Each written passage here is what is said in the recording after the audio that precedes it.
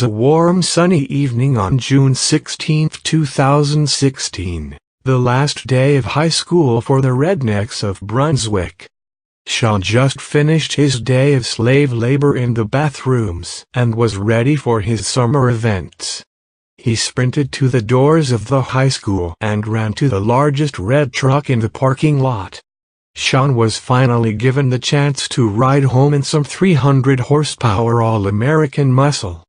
Shawn sat at the car for a good 10 minutes and noticed his mates, Benny and Flap, walking toward the car.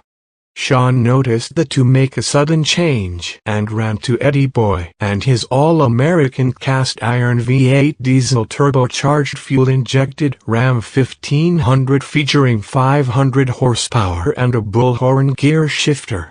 Shawn saw Flap, Benny, and Eddyboy jump into the car and begin to back up. Shawn quickly ran to the truck and opened the door. He was confronted by a large African-American fellow.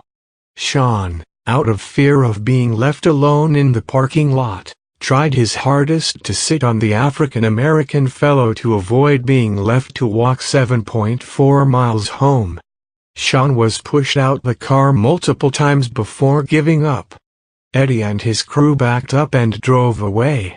The truck was soon filled with laughter, mockery, and afterbirth.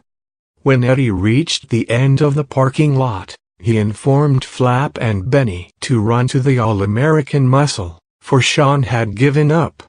After causing a severe traffic jam from the events that had transpired, Flap and Benny walked towards the muscle. Flap and Benny noticed an oddly shaped figure with a smug look on its face walking towards their car. It was Shawny.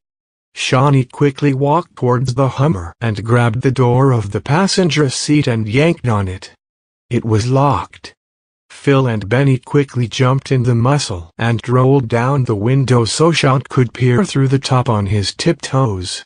Shawn, with a rush of liquid, said, "You boys better not leave me. My house is near yours." Flap set the truck to drive and pulled the emergency brake. Shawn whispered, "Dude, don't do this to me," as the car shifted forward and left Shawn. The screech of Shawny could be heard from miles, as he did not have a ride for the 7.4-mile journey.